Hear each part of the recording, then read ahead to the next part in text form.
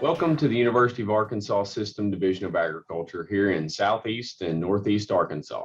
I'm Jared Hardkey, Rice Extension Agronomist for the University of Arkansas System Division of Agriculture Cooperative Extension Service. We're happy you've joined us here today to learn about why rice sustainability is important for the state and the U.S. markets. This is our 13th virtual field trip in the Soil and Water Conservation Series. Today's program is funded by the USDA's Natural Resources Conservation Service and is hosted by the University of Arkansas System Division of Agriculture. One of the benefits of participating in a live virtual field trip is that you can submit your questions in the Q&A box. We'll answer as many questions as we can during the Q&A segment at the end of this broadcast. Now for our introduction, I'll give an overview of Arkansas rice industry that will lay a foundation for today's discussion. Today, I'd like to give a little overview of the Arkansas rice industry and some of our challenges and future directions. The history of rice in Arkansas really began in the early 1900s, so we're approaching 120 years that rice has been grown successfully in the state. Certainly that began very small, very humble beginnings on the Grand Prairie portion of Arkansas. Began to expand over the years through the east central part of the state, and since that time has really expanded into as many as 40 counties of the 75 in the state that now have rice production to some degree. Really the home of that production now lies predominantly in the northeast portion of the state, where 2/3 of our production is grown. But really, again, from those original beginnings where we were broadcasting seed and using horses and mules to plant and pull levees and really using the natural contour of the land, things have evolved dramatically from those earliest days to the commercial equipment and large-scale equipment that we use today. As of 2021, Arkansas is responsible for producing 50% of the rice grown in the United States and has been that way for some time, for a number of decades actually. Roughly 90% of our rice is long grain, again, very long, slender grain, and about 10 to as much as 15% in some years is grown to medium grain rice, a smaller, more plump rice, mainly used in the food service industry. We've had a lot of challenges over the years as things have moved along. The number one that you hear about in rice is certainly water, amount used and availability. That's been an evolving issue that the industry has been tackling for quite some time and has made tremendous progress so far, but strives to continue to make further improvements within the way we grow rice. There are other factors beyond just water that we're concerned about, primarily as it relates to the environmental impact overall of producing the crop, and that will relate to things such as greenhouse gases that we'll touch on again a little bit later. But from the production side, certainly worried about overall the weather and just, I would say, our typical production issues. Fertility would be a primary one that really is a lot of our input costs for growing rice, and again, its impact on the environment and how we manage the crop. Some of the future directions that we're looking into, and really not just looking into, I guess, but are really expanding within the rice industry, not only within Arkansas, but the other rice producing states as well. But again, speaking more specifically for Arkansas, alternate wetting and drying, also known as intermittent flooding, is utilized on, at this point, just a few percent of our acres. It is increasing in interest, but so far we're finding our way with that. And what that AWD, or alternate wetting and drying, refers to is, rather than trying to maintain a consistent deep flood over the entire season with that rice crop, the goal is to flood and then allow that flood to naturally subside, getting back to a pretty low flood state or even muddy state before we reflood. And this really opens the opportunity to capture more rainfall events and dramatically reduce our water use with that, we'll call it a technology, with that practice at this time. Furrow irrigated rice, or row rice, sometimes we shorten it to FIR for the furrow irrigated rice portion, That one's really taken off in the past 5 or 6 years from an extremely small percentage, just in a few pockets of the state, to over 15% of our acreage is now grown in furrow irrigated rice. That means a lot of different things to a lot of different people and how they actually perform that practice. But the idea is what it sounds. We're growing it predominantly without a flood. We are irrigating the rice using furrows of some kind to convey water down the field and not trying to hold a flood throughout the season. That doesn't necessarily reduce our water use. It certainly has in a number of instances, but it has made us much more efficient in our practices, growing rice and in rotating with other crops, again, having an impact on our number of trips across the field and just the overall impact on our production and the environment. A few other practices referred to the land that we actually grow rice on, both precision grading, and again, these are things that have been going on for a long time but continue to increase in interest and practice. That precision grading, where I mentioned very early on when we use the original contours of the land to form levees to hold a flood on those fields, over time moving soil, dirt around in the field to make them flatter and more efficiently irrigate, with the end goal of, in some cases, a zero grade, where it's more or less a tabletop flat field that we can flood to a uniform depth. That's not feasible in all situations due to extreme slopes, but we can improve those slopes to even what are referred to as straight levee or truly precision graded fields. So we have more uniform size pads that are once again going to reduce our overall water use and improve our overall efficiency. From there, each of these practices that I've already mentioned dovetail into having impacts not only on water, but also on greenhouse gas emissions. We have discussions over things like methane and nitrous oxide. Each of these is going to be impacted differently by how we manage water. You see how we keep going back to that same factor time and time again. But overall, there are once again other things such as our fertility management that we're trying to improve and become more efficient as well. And so with all of that, that's again a super brief overview of where we are within the industry, with plenty more to discuss across a lot of other areas. But for today, that's a pretty good capture all for everything. So I'd like to once again thank everyone for joining us for the Rice Sustainability virtual field tour, and I hope you enjoy the rest of the program. If you're a certified crop advisor or an Arkansas teacher in need of CEUs or PDEs, we'll post instructions for obtaining those in our closing credits. Next, Adam Shea, Director of Sustainability with Riceland Foods Incorporated, will share about Riceland's sustainability journey. Thanks, Jared. Again, I'm Adam Shea with Riceland Foods. I direct the sustainability program there, and just to give a little bit more about Riceland, who we are the world's largest rice milling and marketing cooperative. We're also one of the largest Mid-South soybean processors. And our membership is made up of about 5,500 farmers and landlords. We span from Southeast Arkansas to the Boot Hill, Missouri, and we handle rice and soybeans. In that procurement network, we've got 22 dryers, 7 rice mills, and again, 1 soybean crush plant in Stuttgart.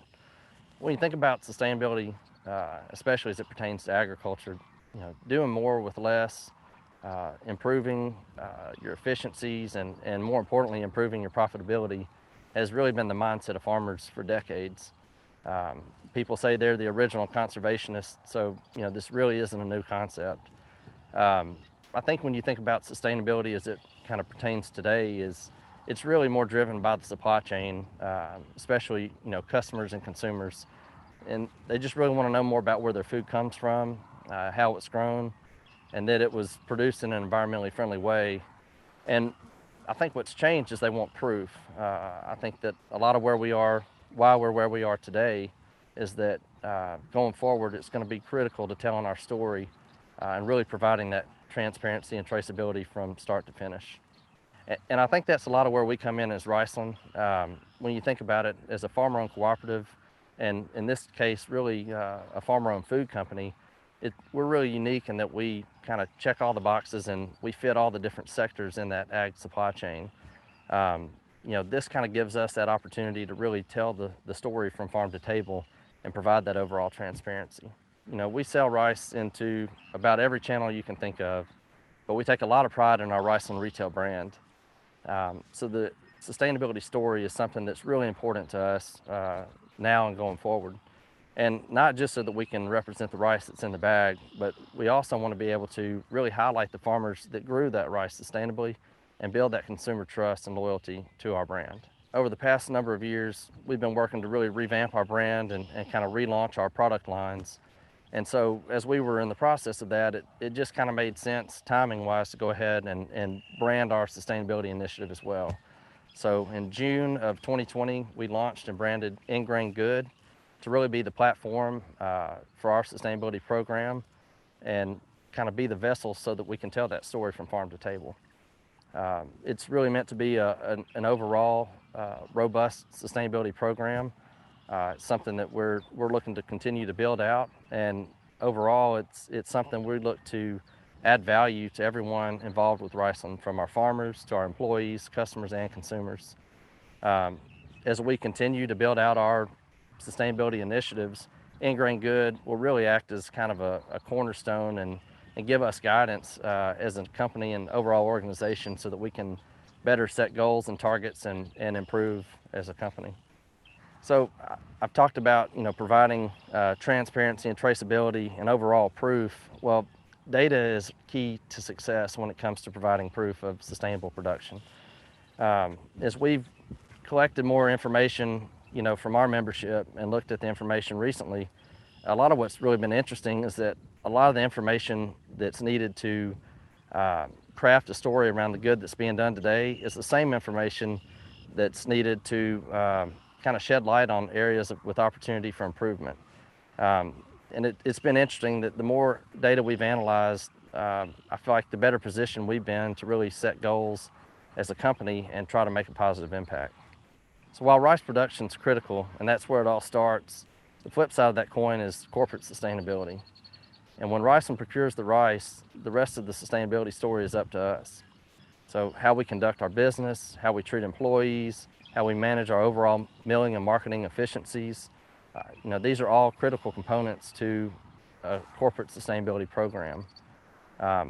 When we combine these pieces of information with the information from the membership and the farm side, that kind of allows us to have a complete package, if you will, of sustainability information that really represents the rice's journey from farm to table.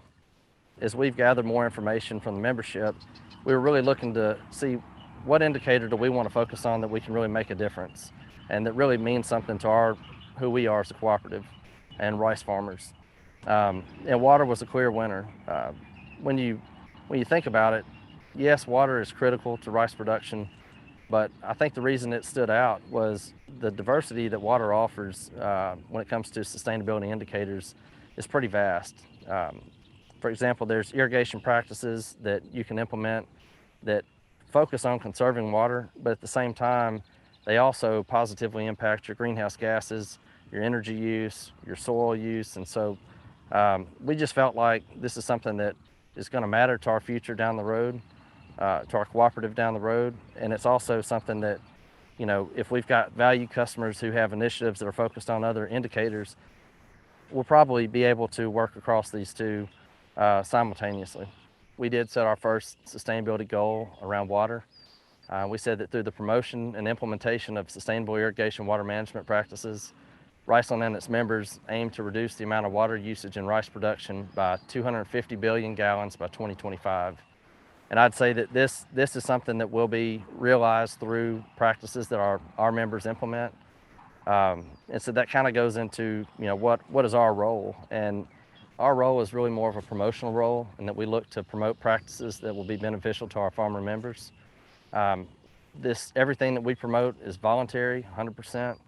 And we realize it's not a one-size-fits-all. A practice that might work for you may not work for your neighbor across the road. And so, we're not here to tell anyone how to farm, but we see our role as really a role of working with other organizations and finding ways to help kind of partner and collaborate with people who can bring resources to the members and kind of help them take those next steps.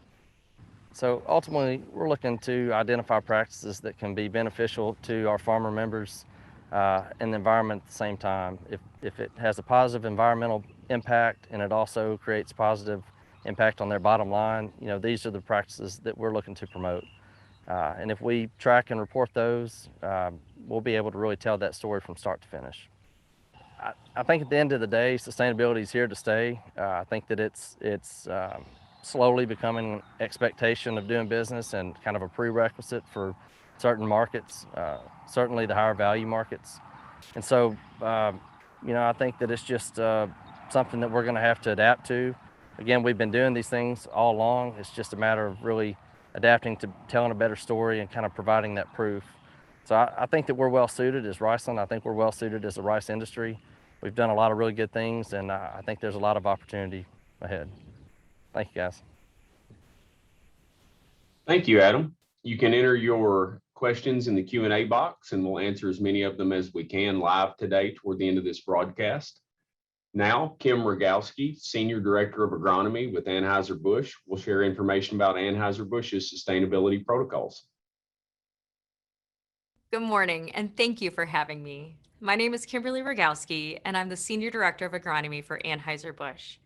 I have the honor of leading a team of 14 agronomists across the 3 crops, barley, rice, and hops, and 5 major growing regions within the United States who are responsible for creating value for our stakeholders by being trusted crop advisors who source sustainable raw materials from skilled American farmers. To start, I think it's important to take a moment and think about why we are all here today talking about sustainability. At Anheuser-Busch, we recognize very clearly that sustainability isn't just related to our business, it is our business. Beer has been bringing people together for centuries, and it is critical that we have a sustainable supply chain to continue to brew fabulous beers for the next 100 years. In fact, when you think about it, beer is a very natural product. Aside from requiring the finest quality ingredients, a healthy environment is a key component in the brewing process to create the beers we all know and love. And our consumers are asking that these products are produced sustainably and contribute to the environmental efforts in their community. We also firmly believe that investing in a more sustainable future not only brings us closer to realizing our dream of a better world, it moves our business forward. Sustainability continues to be a critical enabler of our commercial strategy, helping us build winning brands, improve supply chain resilience, and lead category growth. And most importantly, is the right thing to do. Climate change is the most pressing issue facing our planet, and we recognize that no one organization can solve today's sustainability challenges alone.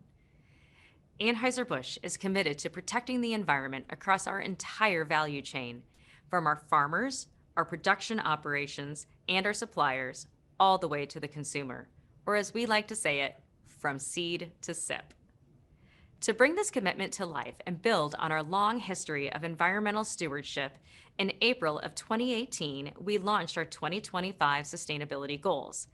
These goals are designed to contribute to the United Nations Sustainable Development Goals by building resilient supply chains, productive communities, and a healthier environment. They were defined in such a way that they reflect those areas where we can have the biggest impact, where we have the size and scale to drive meaningful change in our industry and the world. Our ambitious goals are focused in 4 main pillars: water stewardship, smart agriculture, renewable electricity and carbon reduction, and circular packaging. I'd like to share a video with you describing these goals in more detail. Let's take a look.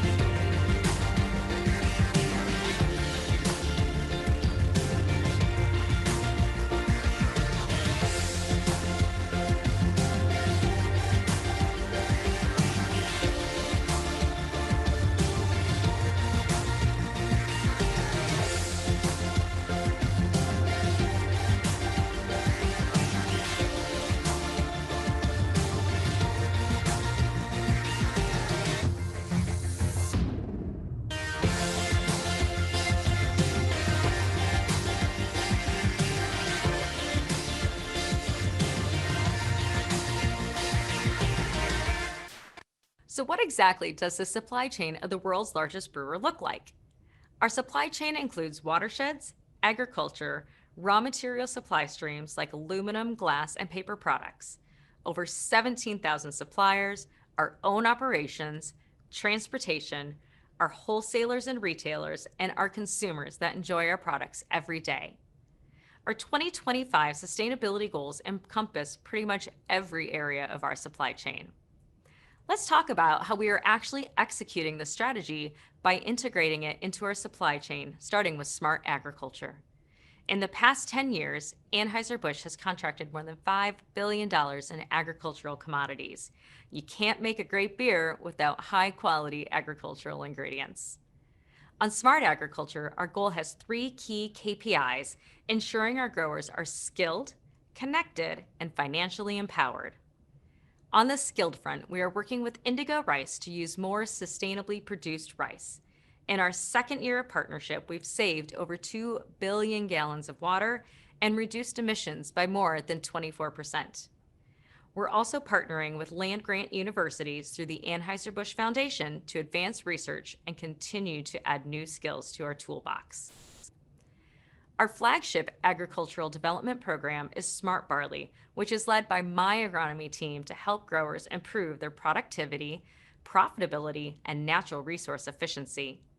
Launched in 2013, Smart Barley has collected field-level data from more than 700 barley, rice, and hop growers in the U.S.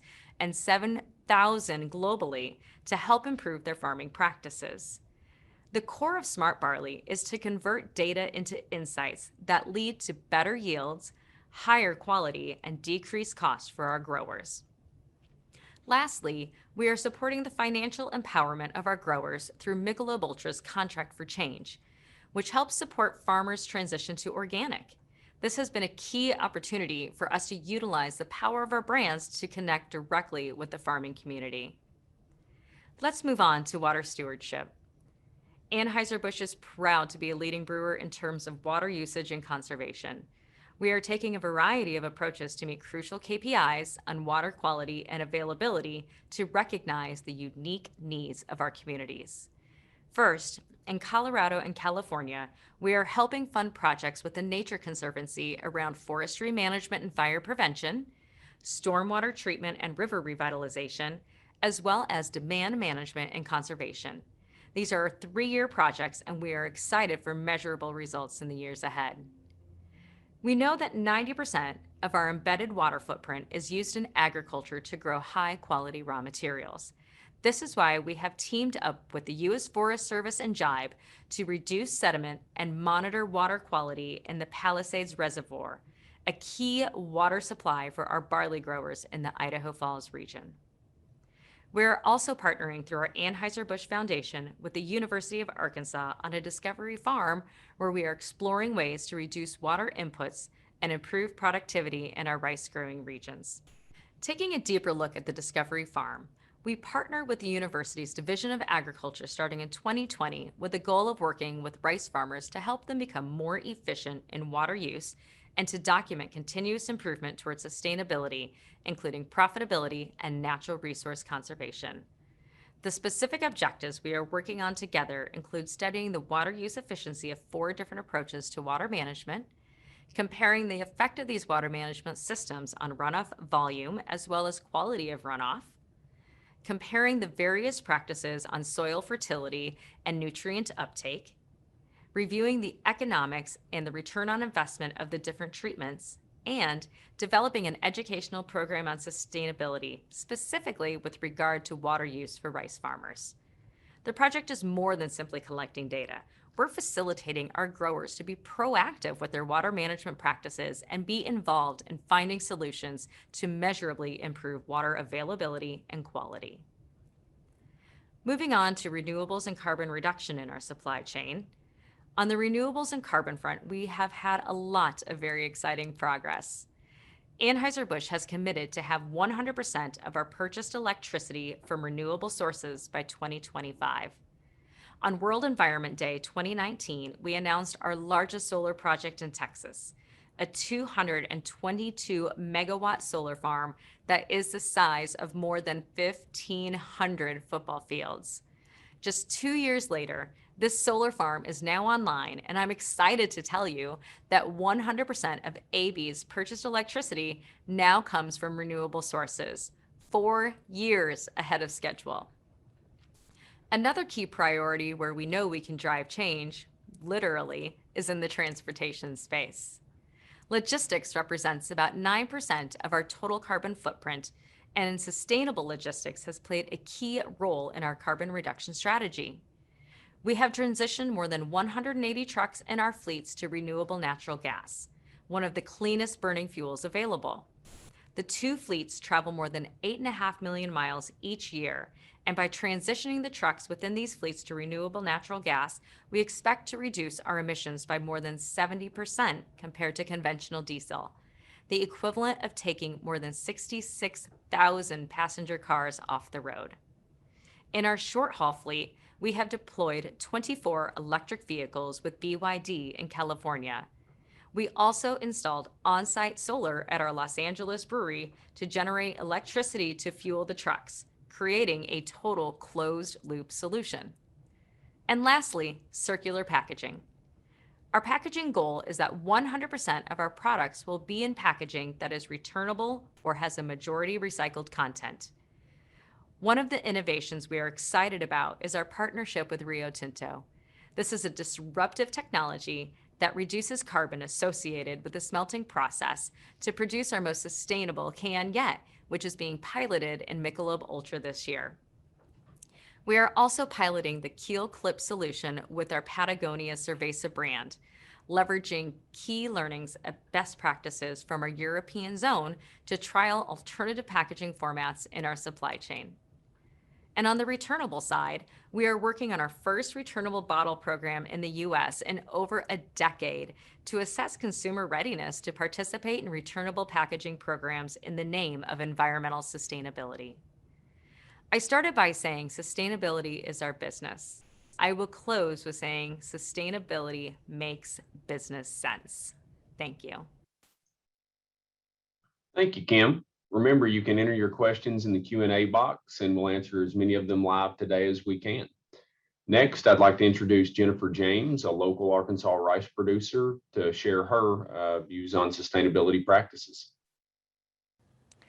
Thanks, Jared. Welcome to Jackson County. I'm a 4th-generation rice farmer, and I've also been chairman of the USA Rice Sustainability Committee for about 10 years now. I know when I first started in that position, there were a lot of questions about what even ag sustainability looked like, what was the definition, and so we've done a lot of work over the years to figure that out. You know, back then I would ask a farmer who'd been farming for 30 or 40 years what was sustainability, and they'd say, well, I'm still farming. And there's a lot of truth to that. That's the economic part of it, but we've developed some definitions and some criteria since then. So in 2016, Field to Market released a national indicators report that looked at a 35-year period from 1980 to 2015 that quantifies a lot about what we know to be true, is that rice farmers have been doing a really good job at conservation efforts in their fields. In fact, I think they're the first conservationists. The farmer's always the first conservationist. So we have a lot of impressive numbers that show those results. Our land use efficiency actually increased 39% over that 35-year period. When we come to energy use, we decreased our energy use 34%. We decreased our greenhouse gas emissions 41%, and we decreased our soil loss 28%. In fact, I think the most impressive number is our water use. We decreased it 52%. I mean, that's so big that you kind of wonder, is that right? But that's true, 52%. So that just goes to show you that rice farmers have been doing a really good job. So when we got finished with that, USA Rice and the Rice Foundation decided we needed to publish that information. So we compiled a 36-year study in 2018, and we released that out into the public. It's an unprecedented study.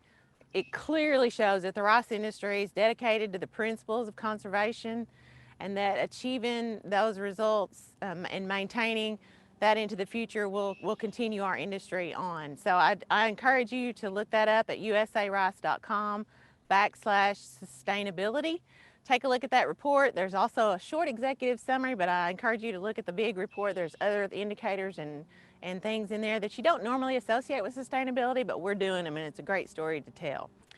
So after that study was released, we started kind of looking toward the future. So if we've done this well in the past, where are we going? How much can we improve in the future? And to figure those things out and to look for sustainability goals in the future, we look to the folks who know best, and that's you, the rice farmers. That's also researchers in our industry, and nobody knows how to figure those out better. So we brainstormed a little bit, and we've arrived at the rice industry's 2030 sustainability goals, and those are to increase our land use efficiency by 10%, decrease our energy use by 10%, decrease our greenhouse gas emissions by 13%, decrease soil loss by 8%, and our water use by 13%. And so those metrics actually match the field to market indicators report, but we added in an additional one that we all know is very important in the rice industry, which is our biodiversity, habitat creation. So we want to increase that by 10%. When you look at waterfowl and ducks and the migration in North America, 50% of that habitat actually overlays with rice growing areas, and that's no coincidence. And to rebuild that habitat, it would cost about $3.4 billion to recreate the habitat that we're already creating in our rice fields. So that's the amount of public good that we're contributing, you know, to those species, to their development, to their sustainability as well.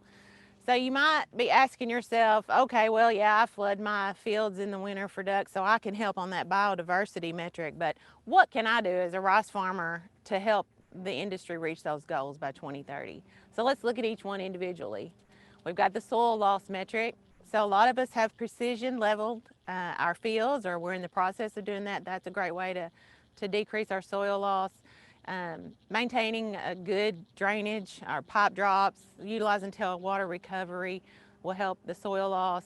Any conservation tillage that we can implement, cover crops, and the use of furrow irrigation in row rice will also help in the soil loss metric. To reduce our water use, go back to that precision land leveling. MIRI, multiple inlet rice irrigation, as there's an example of that in this field behind me. Alternate wetting and drying, AWD irrigation method, a row rice irrigation method. Utilizing tailwater recovery, surface water reservoirs are good ways to help us reduce our water usage. Implementing water level sensors and maybe even some pump automation in there, and those are the whole list of things that you can do on your farm to help meet that water use goal. When we move into greenhouse gas emissions, several of the things I just mentioned about the irrigation practices, MIRI, AWD, row rice, will help reduce the greenhouse gas emissions. Fertilizer management. Of course, we all know we don't want to use any more fertilizer than we absolutely need to utilize the highest yields, but you know, using the 4 R's of nutrient management, which are right source, right rate, right time, and right place, will help on those greenhouse gas emissions, as well as moving away from diesel to electric and natural gas pumps as much as we can.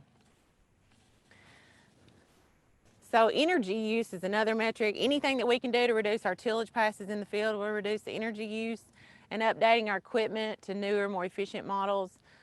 Also, you know, we're starting to see a lot of solar panels and solar farms pop up around the state and on buildings besides grain bins. So, you know, looking into the use of solar power is also another way that we can reduce our use. So when it comes to land use efficiency, a lot of this is going to be up to the breeders in our industry, and we have awesome private breeders, public breeders that are using a lot of new technologies that are available to them, such as marker-assisted breeding, the CRISPR technology, and we're going to have to rely on you guys to increase our yields for us by enhancing our varieties. So those are just a few things that you can do on your farm to help us reach the 2030 sustainability goals. I'm excited about this. I think we're going to hopefully see us meet those goals or even exceed them as we go forward, and it's an exciting time to be a rice farmer. Thank you, Jennifer. If you have any questions, please, once again, enter them in the Q&A question and answer box, and we'll get to those as many as we can live at the end of the broadcast today. Now we'll hear from Dr. Tim Burcham, Director of the Northeast Rice Research and Extension Center at Harrisburg, Arkansas, to share a little bit about that new center's sustainability practices. Well, I want to say thanks to all the viewers out there, and I'm so excited to be a part of this Rice Sustainability VFT. I'm so excited to have you guys joining us here at the Northeast Rice Research and Extension Center. As you know, we purchased this property in 2017, and really this year is going to be our first year back into crop production this year, and so I'm so excited about that. I wanted to share with you just a little bit of information about the Northeast Rice Research and Extension Center. This is a 600-acre farm. As you can see, I'm standing in front of this beautiful 32-acre, 10 feet deep man-made reservoir that was already on the farm. Our division folks did a great job in selecting this farm because it is the epitome of what you would look for a sustainable rice production farm. The western side of this farm is bordered by the Languille River, the entire length. We have 2 relifts located on the Languille River, so we have ample opportunity to use surface water. And of course, a lot of water comes off of the ridge that's over here to my east, as well as this is the Languille serves as a drainage for a lot of Jonesboro there as well. So when we get rainfall events, we have quite a bit of water that we can use as it comes down through the Languille River basin here. This 32-acre reservoir that I'm standing on is now connected through about 3.3 miles of underground irrigation network. A portion of that was already here when we purchased the farm, and then we've added sections to that. And now every field on this farm has a riser available. We've also designed in a valve network that allows us to utilize river water directly to the irrigation system, this reservoir water directly to the irrigation system, as well as well water to the irrigation system. So at any field on this particular farm, if we wanted to do an experiment, for example, looking at cold water influence, we could use well water and move that to any field on the farm. So it's a great research grade facility. The building site, which is to my east, is a 24-acre paddock, and it's located next to about 16 acres of bottomland hardwood, and that is also an important location consideration for us because we have plans to use that bottomland hardwood as our grade school educational resource for them as well. I want to talk to you just a moment about the water management aspect that was designed into this particular farm by myself and Dr. Chris Henry, the irrigation specialist for UADA. We wanted, again, to have ample water capacity. The 32-acre reservoir that we have here, the Languille River bordering the western side, and then the well that we're putting in gives us quite a bit of capacity. But we also wanted to have flexibility in that system, and that's what we've done with a valve network that's on the south side of the reservoir that, again, lets us mix and match the different sources of water. In addition, we have moved 3-phase power into the reservoir side here. And so all of those pumps that are running our irrigation system will be electric 3-phase, and the 2 primary ones will have variable frequency drives on there so that we can dial in the precise amount of water that's necessary, whether we're flooding the field up on 0 grades or we're using it for row rice production. So tremendous flexibility with the irrigation system. The Northeast Rice Research and Extension Center, in its initial planning, we developed a plan so that we would have 0 grade fields, which is what we're standing in today, as well as a number of fields that are graded to a 1/10 per 100 feet as well. We also have a field that's at 0.05 feet per 100 feet, and another field, 32 acres, that's at 0.03. So for the research components that are going on here at the Northeast Rice Research and Extension Center, we have a number of different slope topographies that we can work off of with regard to sustainable rice production. The field that you're seeing here, we have 110 acres of 0 grade fields that are broken up into blocks, 6 different fields, so they're approximately 20 acres apiece. This gives us a great opportunity in the future to do larger block studies as well as plot studies on 0 grade rice production. As you know, zero grade rice production is one of the best methodologies with regard to a water use standpoint. Typically between 14 and 19 inches of water is what's typical for zero grade rice production fields. As I'd mentioned earlier, about 311 acres of the 600 acres has been precision graded to 1/10 of a foot. As you can see here, we've planted row rice on some of the fields here along Highway 1 so that we can look at conservation methods and nutrient management methods that will enhance row rice production for our Arkansas farmers. So we're excited about this particular concept for sustainable rice production. I'm standing in one of our 30-acre fields that's graded to 1/10 of a foot per 100 foot. So one of our steeper grades and also one of the deepest cuts that we have on the farm. When you look at this particular field, we go from about 0.5 feet of fill on the area that we're standing on now.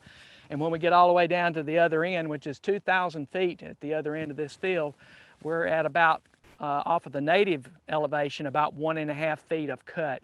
So we're seeing dramatic changes with regard to the soil productivity in this field, and hence this cover crop experiment that you see here. This is a cover crop experiment that was developed by Dr. Steve Green at ASU in conjunction with Matt Fryer with the division and Dr. Trent Roberts with the division. So we're so excited about this. In this particular cover crop, you see we've planted soybeans into the cover right now, but this field will come in next year and be followed by row rice production off of this cover crop. So this is going to be a wonderful study. Again, we'll follow this in 2022 with row rice production into the cover crop. So we're excited about this as a great sustainable rice production practice. On any farm here in Northeast Arkansas, getting water onto the farm is, of course, a critical aspect of rice production, as well as your rotational crops. But when you talk to farmers in the region, you'll also find out that getting water off the farm is a critical aspect of having a very productive farm, and certainly for sustainable production of rice and other associated crops. Here at the Northeast Rice Research and Extension Center, myself and Dr. Chris Henry spent a lot of time looking at the movement of water on this particular farm and how we might engineer methodologies that would move water off the farm in an effective manner. So as you can see here, we have this 4-foot ditch that moves east and west on the farm, and it carries over to the Langell River.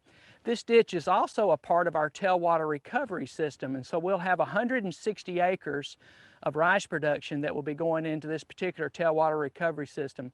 So we're really excited about that from a sustainable rice production methodology that we have this set up. Thus far, in looking at how this farm has handled rainfall events, our drainage design is working very, very well. Most of our fields are clear of water, while surrounding farmers' fields that don't have this extensive drainage network will probably still have some standing water. So I would simply say to our farmers out there that certainly when you're looking at doing your precision leveling and grading of your farm, take a good look at with the person that's doing your land work or maybe a professional engineer, and look at how you might move water off the farm most effectively, because it's going to give you a good payback from the standpoint of sustainability as well as productivity on your farm, particularly here in Poinsett County on these Henry Silt loam soils. I'd like to say thank you for joining me today at the Northeast Rice Research and Extension Center and talking about the rice sustainable projects that we're doing here at our particular station. I hope you've enjoyed taking a look at the farm, learning a little bit more about our farm and the future opportunities that we have with regard to sustainable rice production here at the Northeast Rice Research and Extension Center. Again, thanks so much, and I look forward to visiting with you during the Q&A section. Thank you, Dr. Bertram. We really appreciate all of our speakers today. We're now ready to answer your questions. If you'll please continue to enter those into the Q&A box. I'll go ahead and start with one for Adam Shea. Adam, if you're ready and with us, you mentioned sustainability becoming a prerequisite for certain markets. Which markets are you referring to? Make sure you guys can hear me.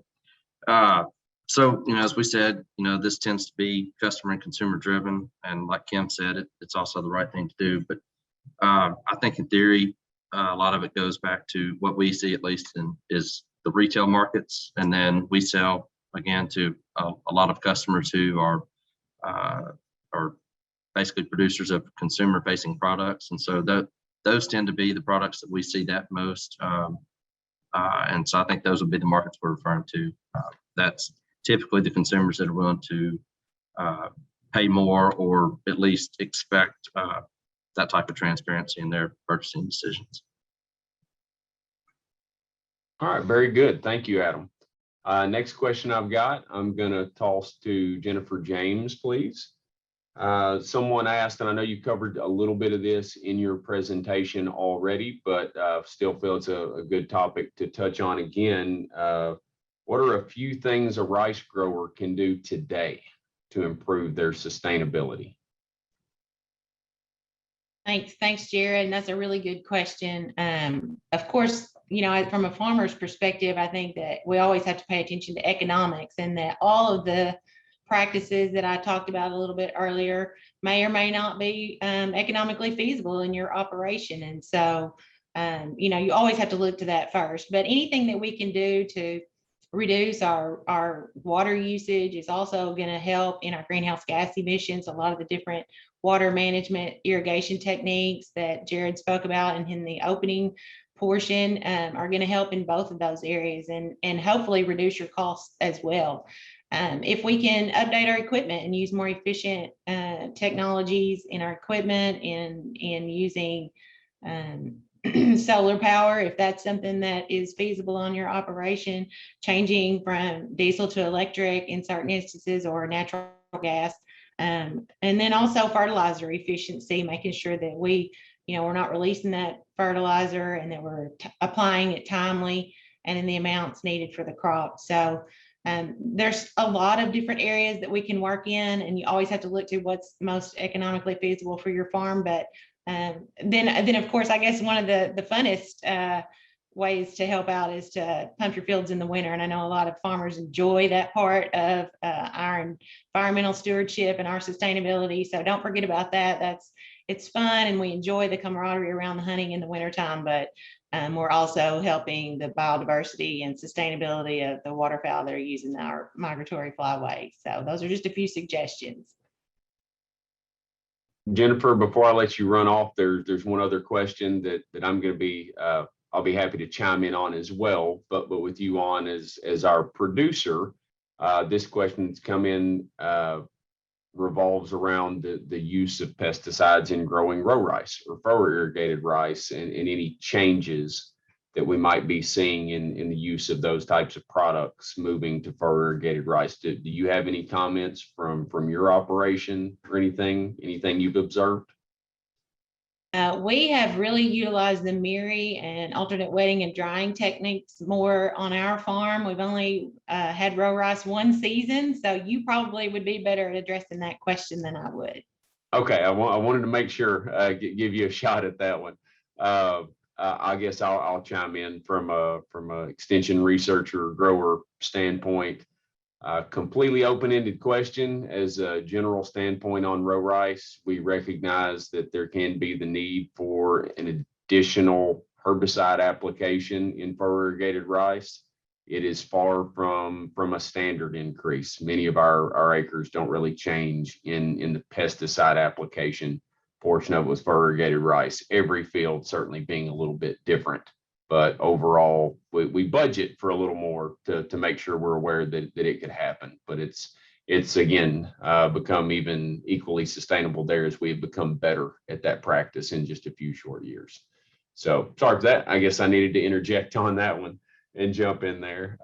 Kim Rogowski, I would like to throw a question your way. How much rice does Anheuser-Busch use annually? Sure, absolutely. So Anheuser-Busch is the single largest buyer of U.S. grown rice. I should not say buyer, single largest user of U.S. grown rice, which is just over about 5% of total production. So we do have our mill located in Jonesboro, Arkansas, where we have a direct grower program, but then we also purchase from many mills throughout the U.S. as well. And so our total is about, if I convert it back to patty rice, it's sitting at just over 9 million hundredweights annually. Very good. Thanks, Kim. Absolutely. I have a question, Dr. Burcham. I'm going to drag you into this one, referring to would cover crop or no-till work with rice? And certainly, you know why I'm dragging you into that with a little bit of what's, I'm not sure how much we want to get into, but with a little bit of what's going on at the Northeast Station. Do you have any initial comments there? And certainly I'll be happy to weigh in on the topic as well. Thanks for the question, Jared, and certainly would welcome your participation in answering this.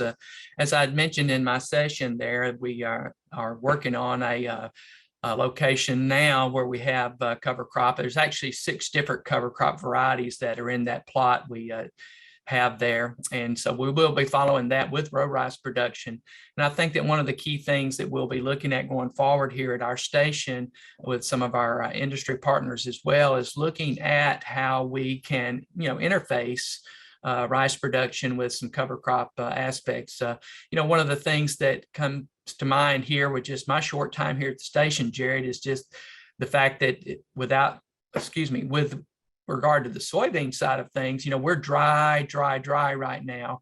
It's very tough for us to get seed emergence. And I'm looking at opportunities with that rotation on soybean, how that cover crop can help us with regard to better germination here in these Henry Silt loam soils. And so while we typically don't have problems with rice germination, we struggle here with seed germination on our soybean during rotation. I'm sure Jennifer could chime in on this as well. But so I think that the cover crop side of things has got a lot of opportunities for us. And it's one of the things that I look forward to from a research standpoint here at our station. I agree with Dr. Burcham that that's one of our emerging efforts is looking at cover crops. And I'll just comment that on the rice side, looking at those different varieties or blends of cover crops to use in rice is going to be extremely important. And a lot of it goes back to the saturated soil conditions in those types of fields we prefer to grow rice in. It's a little more difficult to find cover crops that want to survive and thrive in that type of environment. So I think we still have a little ways to go. Unfortunately, the past few years in the state of Arkansas anyway, the types of winters and springs we've had in terms of significant rainfall have made it near impossible to conduct a lot of the research we would have liked to have conducted to really move us forward in those potential recommendations. So I would say we're a little bit behind from that there's where we wanted to be a few years ago, and we haven't moved tremendously forward. And again, weather not permitting us to do some of those early decision-making process on moving forward. So we hope to incorporate those into rice, but certainly with soybean, corn, cotton, more truly upland crops may be easier. And certainly with the increased advent of furrow irrigated rice, where we're not keeping the soil as saturated, may allow us to implement some more of those practices, or at least we hope to in the future. In terms of additional questions, sorry, I'm checking around everywhere for a moment. I think we're nearing the end. So if anyone's still out there on Facebook Live or on the Zoom broadcast now has any additional questions, we'll be happy to take those. I have one more at the moment for Jennifer. If you would like to help me weigh in on this one.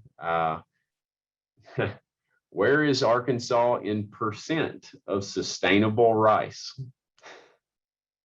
Well, I think that's a really good question that a lot of people would love to have the answer to. I don't think it's quite as easily answered as the question is stated, really. It depends on, whose requirements you're looking at. From a producer standpoint, I feel pretty strongly in that all rice that's grown in Arkansas has some level of sustainability. I think farmers are doing a really good job in the field. They're paying attention to a lot of these metrics that are talked about.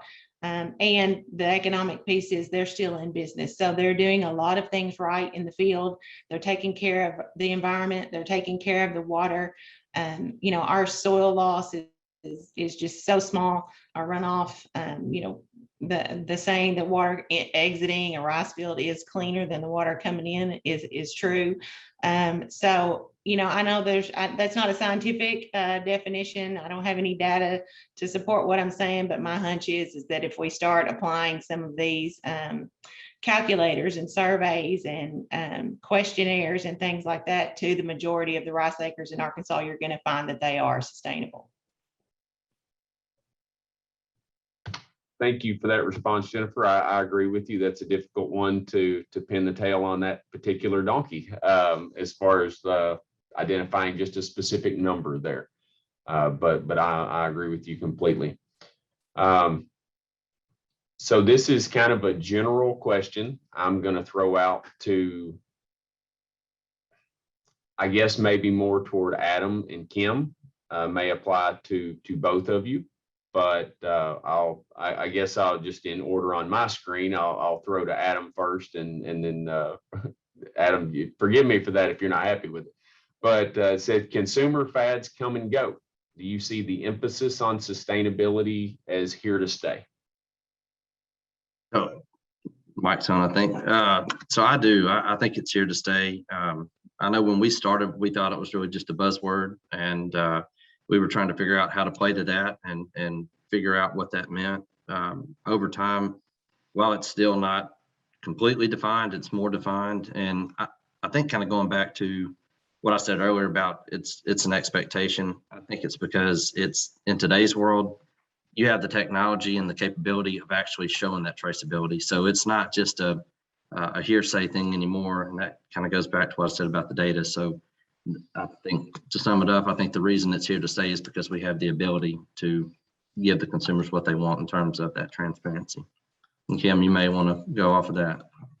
No, I would absolutely agree with that. Our consumers are demanding sustainability long-term. You know, sustainability is key for employee engagement. It is key from a recruiting aspect. You know, not only all of those things like we talked about, it's the right thing to do long-term, but there's so many other benefits that it is definitely, you know, here to stay. It's not a buzzword. All right, thank you both, Adam and Kim, for weighing in on that. I thought that was a good question, but that you'd both like an opportunity to answer on that one.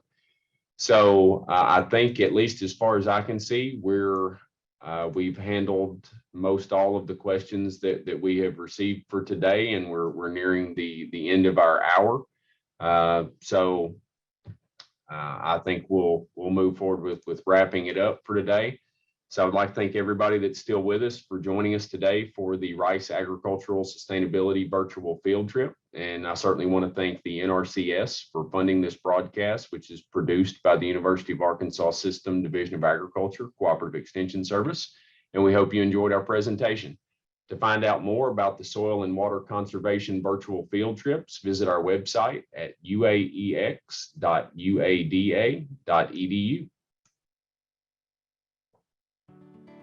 Thank you for joining us for the Soil and Water Conservation Virtual Field Trip. This broadcast is funded by NRCS and produced by the University of Arkansas System Division of Agriculture Cooperative Extension Service.